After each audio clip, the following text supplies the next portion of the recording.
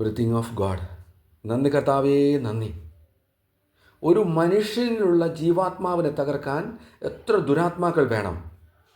പരിശുദ്ധ ബൈബിൾ ഇപ്രകാരം സാക്ഷ്യപ്പെടുത്തുന്നു, 2000-ൽ-അധികം ദുരാത്മാക്കൾ.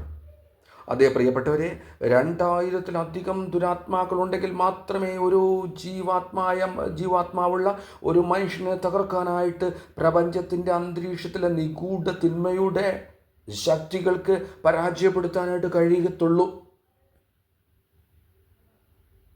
കർത്താവായ യേശു ക്രിസ്തു ഗനേസരുടെ നാട്ടിൽ ചെന്ന് ലഗ്യോൺ ബാധിച്ചിരുന്ന ഒരു പിശാച് ബാധിതനെ സുഖപ്പെടുത്തുന്നുണ്ട്. അവനെ ശവക്കല്ലറകൾക്കുള്ളിൽ ബന്ധിച്ചിട്ടിരുന്നു.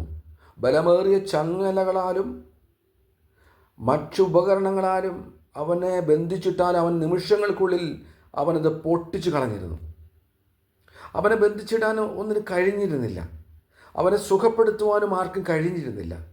ആ നാട്ടിലെ മതങ്ങൾക്കും മന്ത്രവാദികൾക്കും ചപ്പടി വിദ്യക്കാർക്കും ലോകാചാരങ്ങൾക്കും മെഡിസിനും ഈ സംഭവങ്ങൾക്കൊന്നും കഴിഞ്ഞില്ല.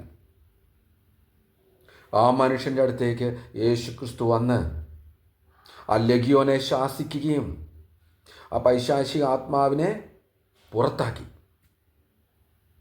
അവനെ സുഖപ്പെടുത്തി സൗഖ്യമുള്ളവനാക്കി മാറ്റി.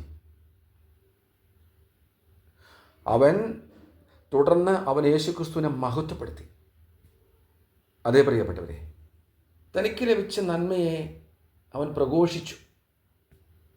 അതെ,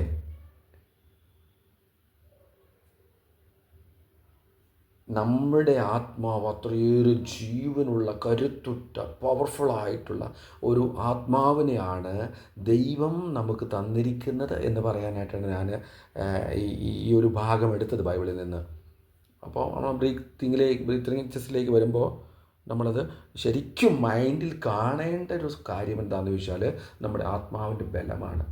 ആ ബലം നമുക്ക് തന്നത് സ്വർഗത്തിൽ നിന്ന് യേശുക്രിസ്തു തൻ്റെ ജീവാത്മാവിനെ നമ്മളിലേക്ക് പകർന്നതുകൊണ്ടാണ്. അവിടെ നമുക്ക് മെഡിറ്റേഷൻ ചെയ്യാനായിട്ട് തയ്യാറാകാം. നന്ദി.